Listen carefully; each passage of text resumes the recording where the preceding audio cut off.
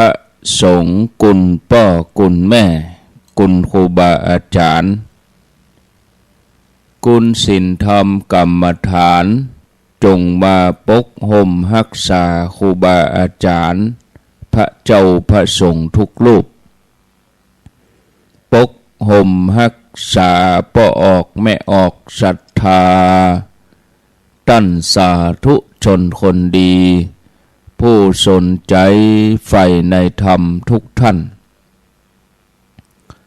ขอถวายความเคารพแสดงความนับถือพระมหาเถระพระเถรานุเถระเจ้าคณะพระสังฆาธิการครูบาอาจารย์ที่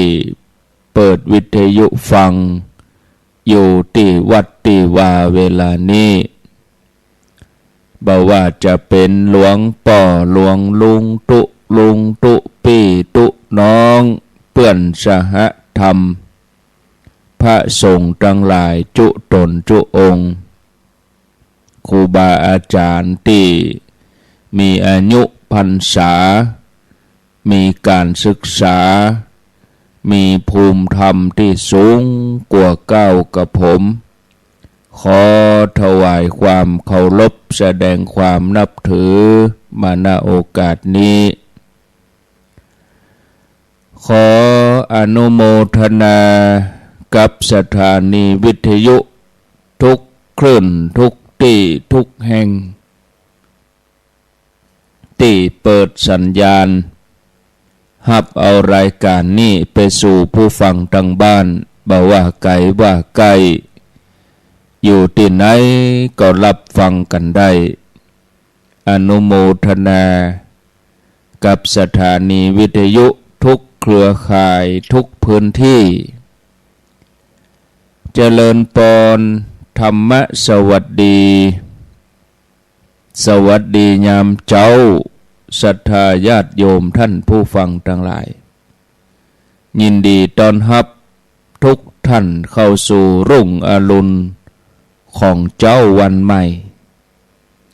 ประกันเจ้านี้เป็นเจ้าของวันจันทร์ที่16เดือนมิถุนายนพุทธศักราช2568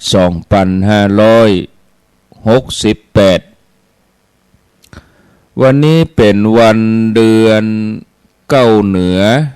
แฮม6ค่ำเดือนเก้าเหนือแฮม6ค่ำพร่ำว่าเป็นวันจันทร์ที่16มิถุนายนเวลาตี5กับ11นาทีไผที่ยังบ่ลุกเตื้อก็เกียมตัวลุกมาได้แล้วเนอะเกียมตัวลุกมาได้แล้วหลับลุกเจ้ากินพักตังปายหลับลุกควายกินพักตังเก้าลุกเจ้าได้หลายลุกควายได้น้อยหลับลุกเจ้าเป็นเจ้าทั้งหลายหลับลุกควายปาเฮือลูกหลานเป็นหนี้เป็นข้าเนอตื่นมาเหียเนอลุกมาเหียเนอลุกเนอลุกเนอลุกตื่นได้แล้วลุกได้แล้วญาติโยมท่านทั้งหลายหลับลุกเจ้ากินพักตังปายหลับลุกควายกินพักตังเก้าลุกเจ้าได้หลายลุกควายได้น้อยหลับลุกเจ้าเป็นเจ้าทั้งหลายหลับลุกควายปาเฮือลูกหลานเป็นหนี้เป็นข้าเนอตื่นมาเหียเนอลุกมาเหียเนอลุกเนอลุกตื่นได้แล้วลุกได้แล้วญาติโยมท่านทั้งหลายลุกเจ้าตื่นตัว เจ้าบัวกับหันเยื่องนาพังพร้อมลูกควายบอดตันหนตางกีดก้อมก้าตัวบอดต้อมปุ่นอายจุงเก่งเข้าไว้อย่าไปเฮือขวายต่อแน่สบายจำไว้เน้อเจ้าจำไว้เน้อเจ้าอรุณสวัสดิ์ธรรมสวัสดีสวัสดียามเจ้าศรัทธาญาติโยมท่านผู้ฟังทั้งหลายยินดีต้อนรับเข้าสู่รุ่งอรุณวันใหม่ปะกันเจ้านี้เป็นเจ้าของวันจันทร์มาปะกันแถมเจ้าหนึ่งในรายการเสียงธรรมแสงอรุณรายการเสียงธรรมแสงอรุณดำเนินรายการโดยอาตมาภาพพระครูอภิวัฒนวิกรมวัดปากตังเจริญตำบลดอยหล่ออำเภอดอยหล่อจังหวัดเชียงใหม่เป็นผู้รับผิดชอบดำเนินรายการมาปะกันในเจ้าวันจันทร์วันพุธแล้วก็วันพฤหัสบดีเวลา5 ถึง 6 โมง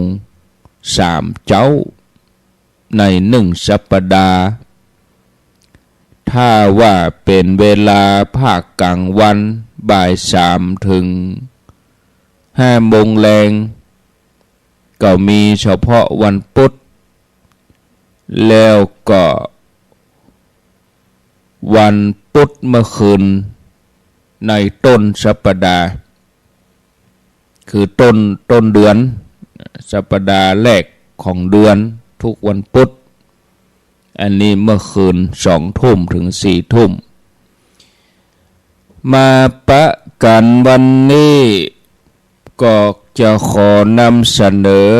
สาระธรรมะให้กับศรัทธาญาติโยมท่านทั้งหลายได้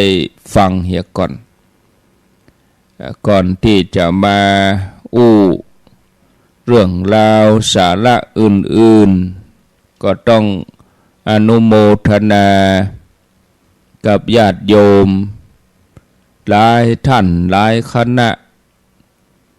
ที่ได้ไปร่วมงานตะวางานวางศิลาฤกษ์เจดีย์ที่วัดดับไผ่ก็คนนักคนหลายพระสงฆ์องค์สังฆเจ้าตุเจ้าพระนายก็หลายศรัทธาก็นักก็หลายถึงในเมืองถึงนอกเมืองแต่ว่านี่ก็คนก็ปันป่ายคนนี่ปันป่ายปันแก่ๆปะนะปัน4 ปัน 5เพราะว่าในวิหารก็เต็มในศาลาก็เต็มในเต้นก็เต็มอยู่ดังนอกกูจอกกูแจงครูบาอาจารย์ก็ดีอกดีใจเจ้าภาพก็จื่นอกจื่นใจเบิ้นก็ฝากอนุโมทนาฝากขอบคุณที่ได้มาร่วมบุญตัวยเจ้าภาพรักที่เปิ้นได้ตั้งเจตนาในการสร้างบุญสร้างบารมีก็ใครฮือหมู่เฮาทั้งหลายนั่นได้มาร่วมอนุโมทนาบุญตัวยได้บุญตัวยกันนะก็หลายท่านก็เดินทางกลับถึงบ้านเจ้าเพราะว่าอยู่ใกล้แล้วงาน3 โมงไป4 โมงก็ถึงบ้านหลายท่านก็ถึงค่ำน้อยเพราะว่าอยู่ไกล6 โมงไปทุ่มแต่ว่าบ่เกิน2 ทุ่ม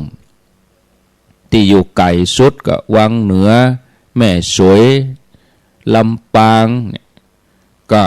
ถึงบ่เกิน2 ทุ่มก็ปลอดภัยทุกกันรถ125 กัน เฉพาะที่เช็คได้ที่เปิ้นมาร่วมแห่มประมาณสัก10กว่าเพราะว่านอกเหนือจากที่ในบัญชีที่เช็คประมาณ10กว่ากันที่เฮาพอจะนับได้นี่มี125บวกเพิ่มเข้ามาอย่างบ้านดงหลวงตอนแรกก็ประมาณ15-16ก็เป็นเป็นชาวกัน19ชาวแต่ละตีก็เพิ่มจุดไหน2กัน3กันเนี่ยก็อนุโมทนาบุญด้วยกันนะอนุโมทนาบุญในกุศลเจตนาที่ได้ร่วมบุญงานหน้าโอกาสหน้าถ้ามีแหมเขาก็ไปร่วมกันที่จะเกิดขึ้นในสัปดาห์นี้ก็เอาความสะดวกญาติโยมทั้งหลายแถมที่จะมีกับวันที่19เนี่ยวันนี้16อาตมาเขาก็จะได้เกียมงานแถม3วันจะเริ่มเตรียมวันนี้คนเต้นคนยังคนครัวคนอุปกรณ์วันบุกวันฮือก็จะได้ประดับประดาเพราะว่างานจะมีวันที่19มิถุนางานวางศิลาฤกษ์แล้วก็ทอดผ้าป่ามหากุศลสังเวชนียสถานกุสินาราสถานที่ปรินิพพานจำลองที่พุทธมณฑลเจียงใหม่โดยหล่อฮอนี่วันที่19มิถุนาทางคณะสงฆ์อำเภอฝางแม่อายชัยประการโดยพระเดชพระคุณหลวงพ่อพระครูสุจิตานุรักษ์ด็อกเตอร์หลวงพ่อเจ้าคณะอำเภอฝางหลวงพ่อพระครูวิธานธรรมโสพลเจ้าคณะอำเภอแม่อายแล้วก็หลวงพ่อพระครูสถิตธรรมาภิรักษ์เจ้าคณะอำเภอชัยปราการคณะสงฆ์3อำเภอทุกวัดศรัทธาญาติโยม3อำเภอทุกวัดทุกหมู่บ้านเพื่อนจะได้มาร่วมกันในวันที่19ก็คงจะเดินทางโมอี้นะเวลา5-6 โมงนี่คงจะเริ่มเดินทางเพราะว่าตามกำหนดการนี่8 โมงครึ่งเปิ่นจะอาราธนาองค์พระพุทธปรินิพพานขึ้นประดิษฐานแต้นที่ประทับแต้นนี่เปิ้นแปลงไว้แล้วองค์พระเปิ้นก็รอไว้แล้วโดยพี่น้องศรัทธา3อำเภอเปิ้นประกอบพิธีรอองค์พระที่วัดพระบาทอุดมเปิ้นรอสำเร็จนายช่างก็แต่งแล้วแปลงตกแต่งแปลงงามดีเปิ้นจะยกมาใส่รถเทเลอร์มาแล้วก็ยกวางเอารถเคนติ้วใส่แล้วก็วางครูบาอาจารย์ก็เจริญชัยมงคลคาถาหลังจากนั้น9 โมงครึ่ง39พระสงฆ์เปิ้นจะเจริญพุทธมนต์ศรัทธาก็จะประกอบพิธีตอกไม้มงคลเจ้าภาพแต่ละคณะตัวแทนครูบาอาจารย์หลวงพ่อเจ้าคณะอำเภอ3อำเภอแล้วก็มีศรัทธา3อำเภอญาติโยมไปร่วมตอกไม้มงคลช่วงเจ้าหลังจากนั้นเปิ้นก็ถวายภัตตาหารเพลศรัทธากินข้าวน้ำข้าวตอนห่อเข้ากันมามีลงทานเลี้ยงตัวครูบาอาจารย์ถึง3อำเภอนี่นะแต่ละวัดตั้งรอนี่ก็รับจัดสถานที่ถึงสถานที่อยู่ที่กินที่นั่งที่ถวายเพลพระก็ดีเนี่ยศรัทธาญาติโยมท่านทั้งหลายตกตอนบ่ายจะมีพิธีวางแผ่นศิลาฤกษ์โดยพระเดชพระคุณพระธรรมเสนาบดีเจ้าคณะภาค7เจ้าอาวาสวัดพระธาตุดอยสุเทพราชวรวิหารแล้วก็ทอดผ้าป่า ตอนบ่ายก็ถวายทายธรรมแด่ประธานสงฆ์มหาเถระศรัทธาญาติโยมก็ฮับปอนก็เป็นเสร็จพิธีอันนี้กำหนดการในวันที่19ก็ฝากเอิญเชิญชวนตัวเนาะแถมงานหนึ่งของหมู่เฮาขึ้นสีขาวเนี่ยวันที่21นี่ก็รอเตียนประจำปีที่วัดแม่ห้องไควัดตุลุงแดงหลวงป่อพระครูชลทานพิทักษ์ตุลุงแดงที่แม่ห้องไควันที่21บัดเดี๋ยวนี้เปิ้นกำลังเกี่ยมการเกี่ยมงานเกี่ยมสถานที่ไผว่างเว้นอยู่ใกล้อยู่หิมตั้งโดยสะเก็ดน่ะเขาก็ไปช่วยเปิ้นเกี่ยมสถานที่แหงนักก็ไปช่วยตั้งงานนักแหงน้อยก็มาช่วยตั้งงานเบาบ่มีแหงเตียวก็ป้อมมีแหงก็นั่งเป็นกำลังใจนี่อันนี้ก็ได้อาตมาก็ว่าถ้าแล้ววันที่18-19เกี่ยมสถานที่ตั้งเพศแล้วก็อาจจะไปเยี่ยมไปดูไปแอววันที่20ก็จะไปแถมอยู่วันนี้ก็มีงานขาวดำแล้วก็จะต้องเกี่ยมงานที่พุทธมณฑลนี่3 วันเนี่ยอย่างใดก็บดีกิจกรรมช่วงนี้ก็ญาติโยมหวังเว้นตั้งใดก็ไปเนาะเอาพอสละได้เขาก็ไปเอาโอกาสมันบางอย่างมันมีเตื้อเดียวนะอย่างก็จ้างบางทีมันผ่านไปกับผ่านแล้วผ่านเลยอย่างงานตะวาเนี่ยมันเป็นอดีตไปตะวามันก็เขาก็เก็บเอาเรื่องความปลื้มอกปลื้มใจเก็บเอาเรื่องบุญเรื่องกุศลมาไว้ในจิตในใจมันม่วนหรอกทีนี้มันก็ผ่านไปนะโอกาสจะมาทำแห่งนี้มันยากนะอย่างตะวานี่ยังเขาจะมาเตียวแห่งนี้มันวันนี้จะเตียวได้ว่าเตียวคนเดียวเนี่ย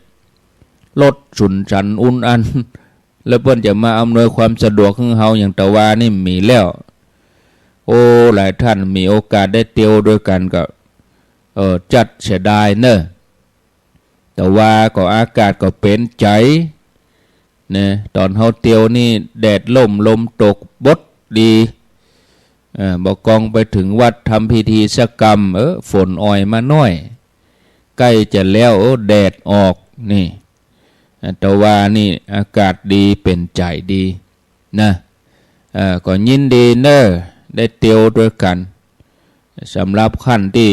พลาดโอกาสไปก็บ่ได้เตียวสักมันบ่มีแล้วนะจะไม่ได้เตียวอย่างอี้เนี่ยมาคิดถึงเถอะเวลามันผ่านไปกำเดียวต่ออันคิดเป็นบุญเนอะคิดเป็นบุญมันอยู่ในจิตในใจของเฮานี่ศรัทธาญาติโยมท่านสาธุชนท่านผู้ฟังทั้งหลายบุญก็คือตัวชำระใจของเฮาให้สะอาดให้ใจเฮามันห่างไกลจากกิเลสเครื่องเศร้าหมองอย่างที่มันเป็นอุปสรรคในชีวิตของเฮาเนี่ยบุญที่เฮาทั้งหลายฮู้จักมี3อย่างคือทานศีลภาวนาเปิ้นฮ้องว่าทานน่ะไม่ศีลละไม่ภาวนาไม่ทานน่ะไม่บุญสำเร็จด้วยการบริจาคทานอันนี้จุดหมายก็คือขจัดความตระหนี่กำจัดความโลภศีลบุญสำเร็จด้วยการรักษาศีลนี่กำจัดความโกรธภาวนาบุญสำเร็จจากการเจริญภาวนาอันนี้กำจัดความหลงกิเลส3ตัวใหญ่เปิ้นฮ้องว่ากิเลสอย่างหยาบเนี่ยก็กำจัดด้วยทานศีลภาวนาโลภโกรธหลงเนี่ยผลที่เฮาได้จากการได้ทำบุญนี่1ความสุขใจ2ได้นิสัยดี3ได้บุญ ผลจากการได้ทำทานศีลภาวนาความสุขใจเฮาทำแล้วเฮาสุขใจอย่างน้อยความสุขความสบายใจก็เกิดกับเฮาผู้ใดทำผู้นั่นก็ได้เนี่ยเฮากินทานทำบุญแต่ละครั้งแต่ละคราวบอกว่าการงานอันใดเฮาทำแล้วเฮาสุขใจก็เฮาบ่ต้องไปประเมินคนอื่นประเมินตัวเองประเมินตัวเก่าว่าเฮาสุขใจเฮาม่วนใจก็เนี่ยถ้าเฮาสุขใจม่วนใจนี่อันนี้ผลเกิดขึ้น2ได้นิสัยดีแต่ก่อนเป็นคนอย่างใดบัดเดียวเมื่อเฮามาเข้าในบุญกุศลเฮาปั่มเป่งทานศีลภาวนานิสัยใจคอเฮาเปลี่ยนก่อความดีนั่นจะติดตัวเฮาเป็นนิสัยเป็นอัธยาศัยติดตัวเฮาไปเป็นประจำเตียตมาย้ำญาติโยมที่ฟังรายการนี้เสมอหมู่เฮาทั้งหลายไปกินไปทานอะไรอย่างที่ไหนจะไปเป็นภาระเปิ้นกินแล้วก็เก็บเหียขยะทำความสะอาดแต่ว่าก็ลืมไปลืมประกาศเฮาลุกแล้วเฮาเก็บเก้าอี้เนอเอาซ่อนจันไหน10 ตัว10 ตัวอย่าก็ลืมไปนะบางทีสิ่งมันนี้มันต้องติดเป็นนิสัยเฮาเลยลุกก่อนจะลุกฮื้อเหลวก่อนจะเตี้ยวฮื้อพอก่อนจะลุกเฮาลุกเฮาก็เหลวพอยะละแวกใกล้เคียงเฮาแวดมนมีขยะหันกี่ชิ้นเฮาก็เก็บเหียช่วยกันเก็บคนน้อยเก้าอี้ที่เฮานั่งเฮาก็เอาซ้อนมันแบบเป็นภาระคนอื่นแล้วไปที่ไหนนี่มันจืดมันม่วนอันนี้มาเจอว่าเฮาให้ปิกกับปิกบอกกองลูกปุ๊บกับแอนเลยเจ้าไปเลยมันก็บ่งบอกว่านิสัยติดตัวเฮานะมันเป็นคนจะใดอันนี้เฮาจะต้องเข้าใจศรัทธาญาติโยมสิ่งทั้งหลายหมดนี้มันบ่เช่นนักเช่นนาอย่างหรอกช่วยกันเก็บขยะคนละชิ้น2 ชิ้นมันบ่ทำให้เฮาเสียเวลาไปหรอกเกิดว่าเฮาอยากจะมาทำบุญเอาจะไปรอนั่งไหวอย่างเดียวกะเอาจะไปนั่งไหวอันนั้นบุญส่วนนั้นก็ได้ไปบุญส่วนอื่นมันก็ยังมีอยู่ถามว่าทุกคนอยากได้บุญเนี่ยอันที่3เนี่ยได้บุญอันนี้ถือว่า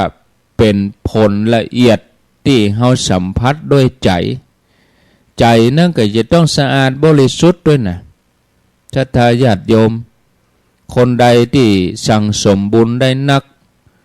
อุปสรรคปัญหาชีวิตก็ลดลงน้อยไปถ้าว่าบ่ได้สั่งสมบุญกุศลเห็นเลยอุปสรรคปัญหาในชีวิตมันก็จะนักขึ้นเพิ่มขึ้นคนที่เป็นสัมมาทิฏฐิมีความเชื่อมั่นในบุญ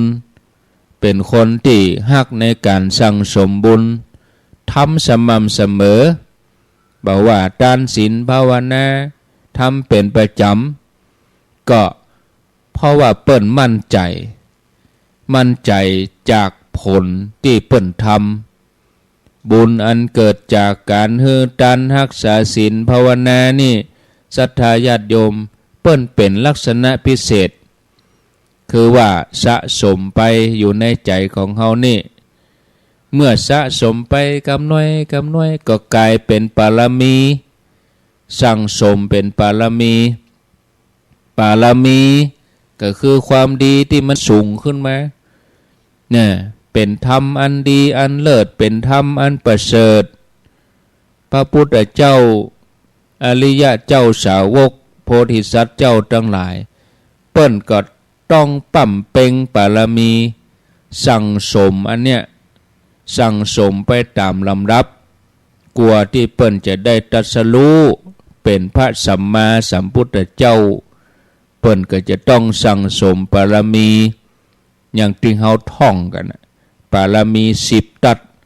ตานะปาลามีศีละปาลามีเนคขัมมะปาลามีปัญญาปาลามีวิริยะปาลามีขันติปาลามีสัจจะปาลามีอธิฏฐานะปาลามีเมตตาปาลามีอุเบกขาปาลามีเนี่ย10อย่างนี้แต่ถ้าเขาจะขยายไปแถมก็เป็นปาลามี30รัต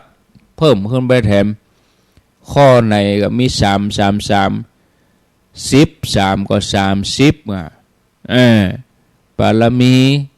อย่างขั้นธรรมดาอย่างสูงสุดนี่ขั้นปรมัตถ์เนี่ยปาลามีถึง30นี่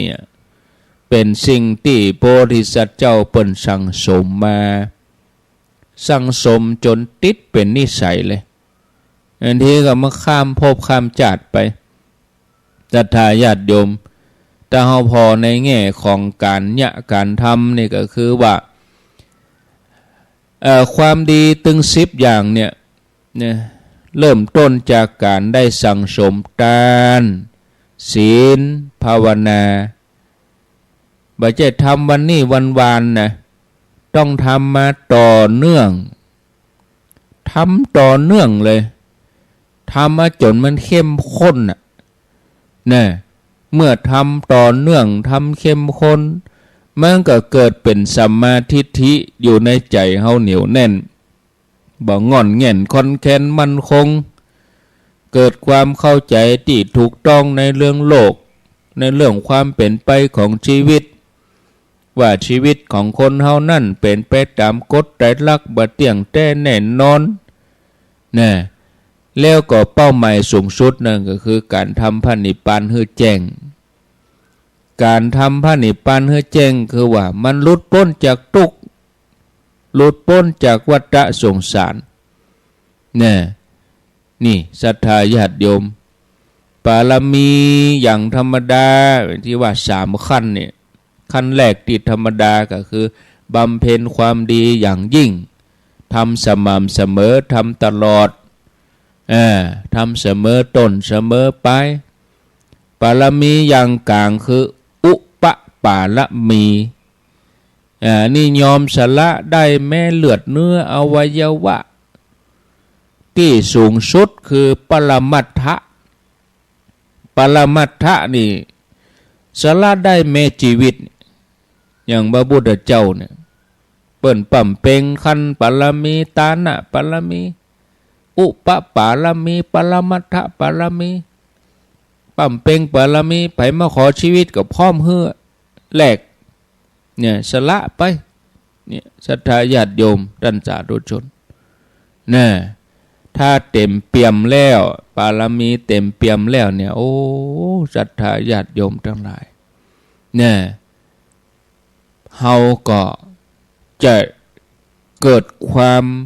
สบายอกสบายใจหม่อนอกหม่อนใจสั่งสมขึ้นไปเมื่อเฮาทำแล้วมันจะก่อเกิดดวงปัญญาขึ้นมา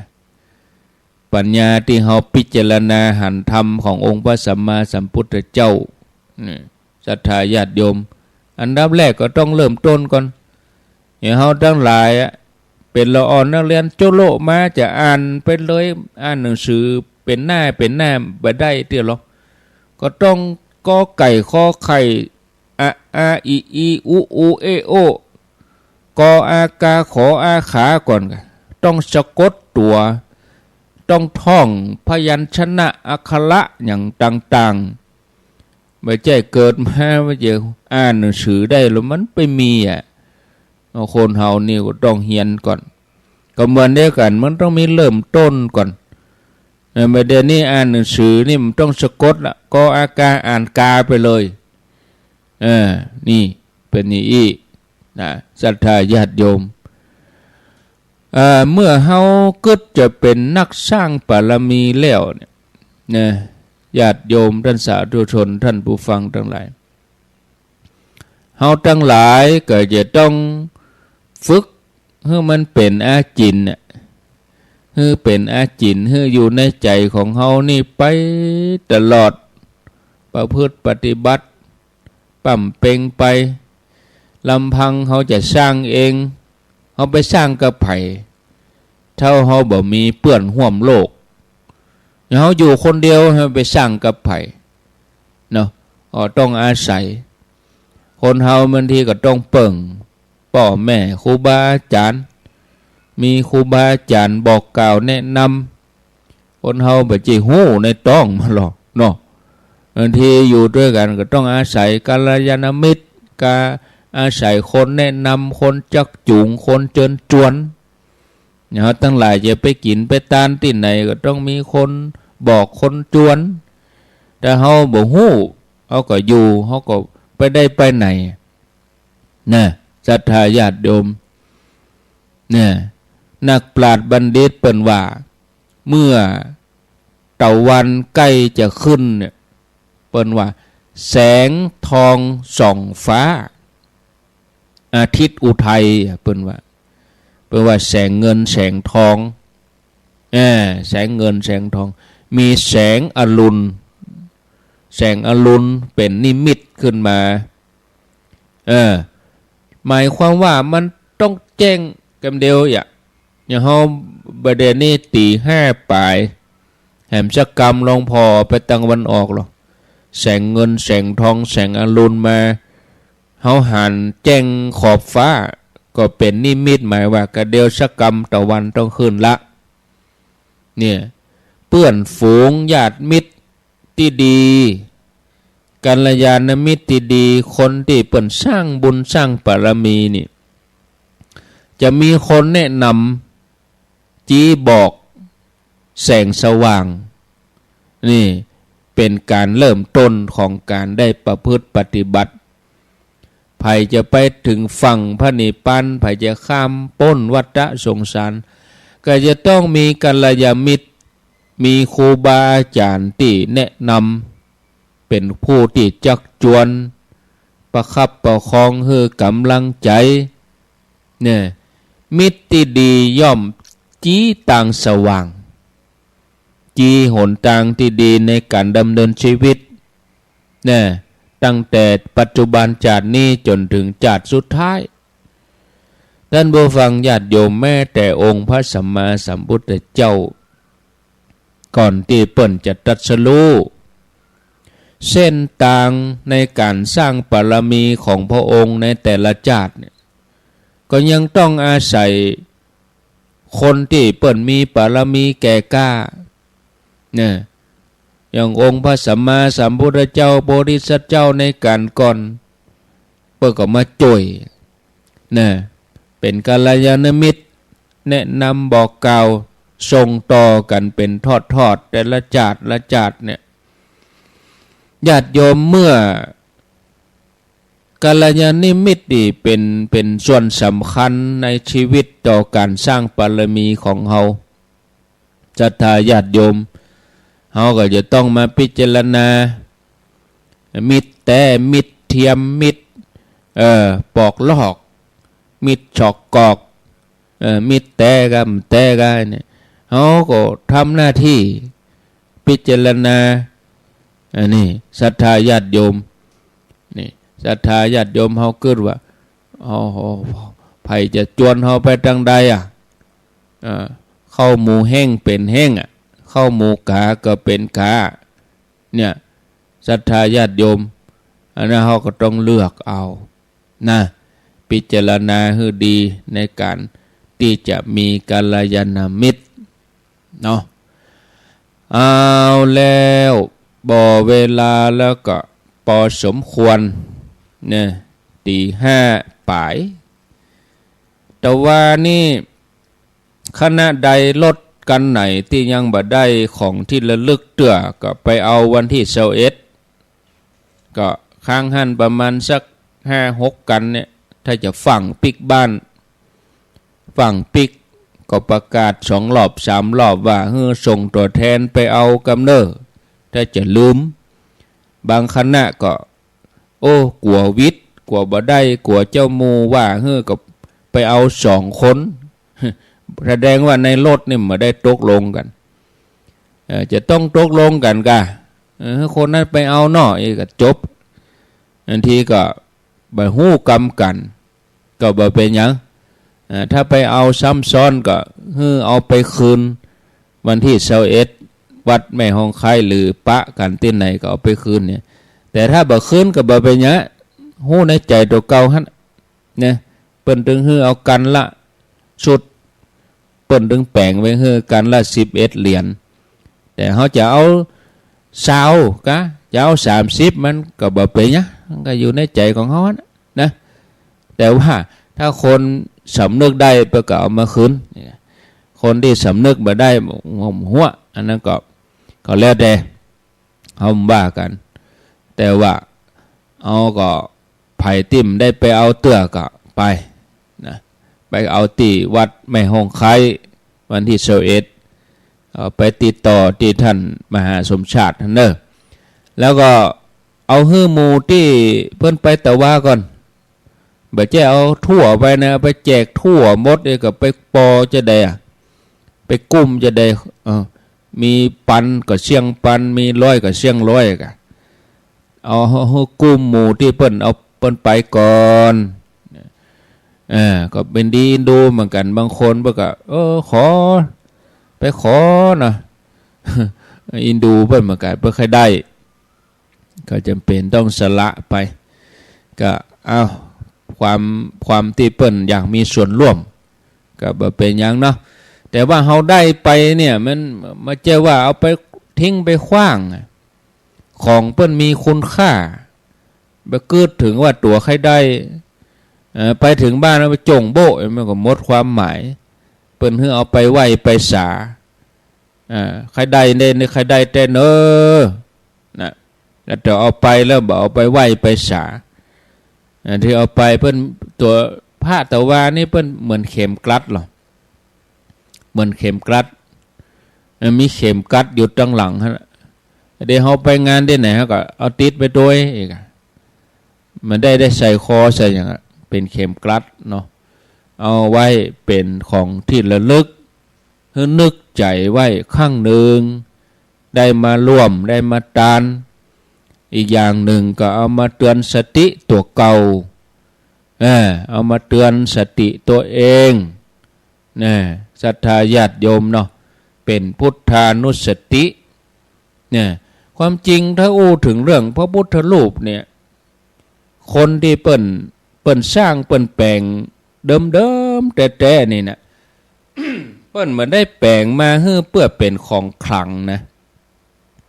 เปิ้นเหมือนได้แปลงมาเพื่อเป็นของศักดิ์สิทธิ์หรือว่าเปิ้นไม่ได้สร้างขึ้นมาเพื่อสิ่งนั้นโดนบันดาลอันนั้นอันนี้เนี่ยหรือว่าไม่ได้สร้างได้แปลงมาเพื่อช่วยทำสิ่งนั้นสิ่งนี้เนี่ยหลังๆมานี่คนเขามันเปลี่ยนเจตนาหรอศรัทธาญาติโยมเปิ้นสร้างขึ้นมาเพื่อเป็นเครื่องเตือนใจให้เฮาได้นึกถึงพระพุทธเจ้าเปิ้นฮ้องว่าพุทธานุสติคือนึกถึงพระพุทธเจ้านึกถึงแล้วได้อย่างใดเฮาก็จะได้เว้นจากการทำความชั่วนึกถึงแล้วเฮาก็จะได้เพียรพยายามทำความดีตามคำสอนของพระองค์ผลที่ได้จากพระพุทธรูปหรือเหรียญที่เฮาได้ไปเนี่ยก็เอาเป็นเครื่องเตือนใจส่วนความสุขความเจริญจะเกิดกับคนที่ได้ไปเนี่ยมันเกิดจากคุณงามความดีของดอกเก่าพุ่นนะไม่ใช่เกิดจากพระพุทธรูปหรือว่าเหรียญที่เขาได้รับไปเนี่ยมันเกิดจากความดีที่ตัวเองทำนะแต่คนหลังๆบ่เดี๋ยวนี้บ่เข้าใจความหมาย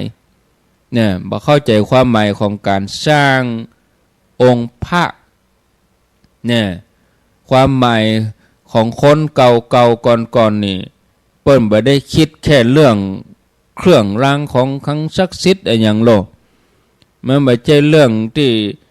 ตามความเชื่อทางพุทธศาสนา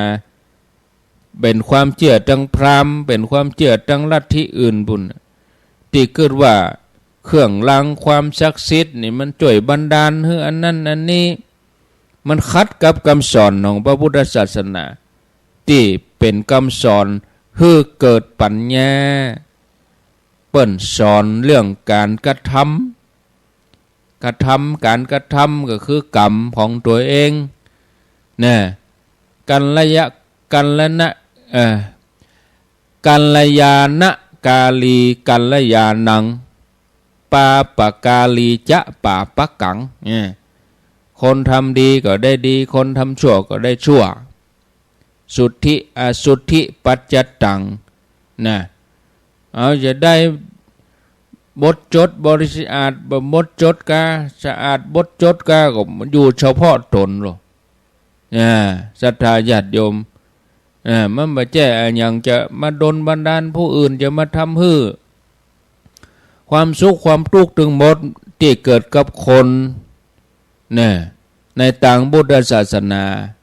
เปิ้นบอกว่าเกิดจากการกระทำของตัวเองทั้งนั้น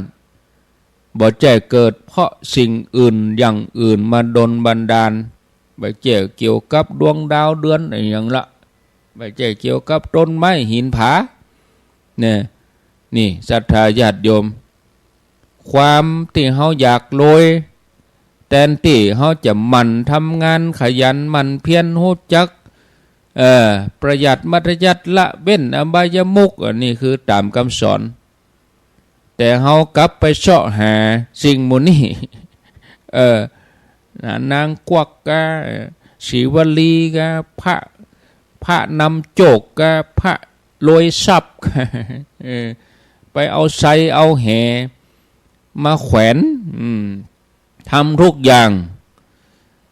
บางทีกับเขาก็มาเกิดถึงอินโดหาที่เปิ่งแต่ถ้าเขามันขยันมันเพียรเนี่ยขจัดความเกียจคร้านถ้าเปิ่นลุก5 โมงเขาก็ลุกตี 4อย่าก็เว้ยก็เปิ่นไปชั่วโมงหรอถ้าเปิ่นลุกตี 4เขาก็ตื่นตี 3เนี่ยมานกตัวใดตื่นเจ้าย่อมได้หนอนตัวใหญ่เป็นแบบนี้เนี่ยเป็นนี่หรอเฮาใครฮือเปิ้นฮักใครฮือเปิ้นเมตตาแทนที่จะสร้างคุณงามความดีก็กลับไปเสาะอย่างอันนี้มันเมตตานะเมตตามหานิยมนะอย่ารักชมกันอย่างกันยานั่นยานี่น้ำมันนั่นน้ำมันนี่ก็ยังบ่ทำคุณงามความดีนะยิ่งไปกว่านั้นก็มีคนบางกลุ่มบางพวกเอาเหรียญเอาผ้าไปทำให้ตัวเองใจฮึกเหิมไปทำความชั่วอย่ามันเป็นอย่าศรัทธาญาติโยมก็ผิดเจตนาเพื่อก็คือว่าเอาไว้เตือนสติตัวเองคือละเว้นความชั่วคือมันทำความดีคิดดีทำดีศรัทธาญาติโยมท่านทั้งหลายเนาะพอแล้วเนาะญาติโยมก็เดี๋ยวก็จะฟังรายการต่อไปวันนี้วันจันทร์นี่จะเป็นหลวงพ่อท่านพระครูวัดวังสิงห์คำหลวงพ่อท่านพระครูวิสิตศรีลาภรณ์ทุกวันจันทร์เวลา6 โมงถึง7 โมงก่อนหน้าแต่กี้ก็ท่านมหาสมชาติปกติเปิ้นจะจัดรายการวันจันทร์ตี 3 ถึงตี 5มีเหตุ2 กรณีที่1ก็คืออาตมารับลืมตื่นวะ อาตมารับลืมตื่นกรณีที่2ก็มากวนแปลงอินเทอร์เน็ตนี่แปลงยังใดกับบดีแดงปะลึงก็เดียวขวายมาก็ได้โทรแจ้งช่างครับสายมันให้ปุ๊ดกลางตังไหนสักตีหน้านี้ต้องทำใจมันหน้าฝนนี่นะกิ่งไม้หักกาอย่างกาสายอินเทอร์เน็ตมันปุ๊ดก็เลยต้องแก้ไขอันนี้ใจเฉพาะ หน้าชั่วคราวนี่มันความแน่นอนคือความบ่แน่นอนนะศรัทธาญาติโยมกลัวจะแปลงได้ปอด4 โมงครึ่งดูอันเนี้ยสารวนกับสายอินเทอร์เน็ตเนี่ยนี่กลัวจะแปลงได้กลัวจะออกได้มันสำคัญเหมือนกันนะแบบแต่บ่ว่าเนี่ยก็บ่อยากจะให้มันดับแต่ว่ามันดับเนี่ยได้มันเนาะมันเป็นเหตุสุดวิสัยเขาก็บ่ใจจะให้มันดับนะเอาแล้ววันพุธมาเจ้าก่อนเนอะก็เอารายชื่อที่หอมที่เอาซองมาหยื่นให้ด้วยตัวเองก็ดีฝากไผ่ตั้งหลายเอามาก็ดีก็วันพุธก็มาอ่านที่ศรัทธาเปิ้นฝากแต่ว่าเป็นก้าอินเทอร์เน็ตเป็นก้าอินเทอร์เน็ตเนอะอีวะก็ขอบคุณเนาะก็ก้อยเอามาอ่านเอาไผ่จะจะโทรเข้ามา0998366322เอามีเข้ามาจะเริญพรโทรเข้ามาจาสนทนาธรรมกันได้ไผจะจะแจ้งผลการรับฟังถามปัญหาก็ว่าจะโทรมาแจ้งแต่ว่าเปิ้นก็ถ่ายทอดหรอถ่ายทอดให้ฟังหรอแต่ว่าของสถานีฝ่ายหินเจริญปอนครับวันนี้วัดไซมูลหรือไงครับยังก็วันนี้วันจันทร์นี่วัดไซมูลครับแจ้กครับอันนี้น้องเบลนะครับโคสมองปั่นป่วนแล้วนี่วันนี้วัดไซมูลแม่นไซมูลนะครับกับปานเนอร์อินดีเนอร์แจ้กวันนี้ท่านพระครูวัดชายมูลแตกป้าโตบ่ลืมกว่าความลืมนี่มันจะธรรมดานะศรัทธาญาติโยมเนาะวันนี้ท่านพระครูสังวรศีลาภิลักษ์วันจันทร์แท้วันบุกวันการเนี่ยวันพุธปุ่นกะวันพุธปุ่นวังสิงคำเนาะศรัทธาญาติโยมท่านทั้งหลายวันพุธวันการกับท่านสาธิตวันพัดเนี่ยอาตมาเจริญพรไวยสาเจ้าท่านพระครูแม่บัวลอยบ้านทุกข้อตำบลตะข้ออำเภอแม่สวยแม่สวยเนาะเจ้าบ่ได้ไปกระปืนฝากบุญไปแล้วเจ้าฝากอาจารย์สมศาสตร์เจ้า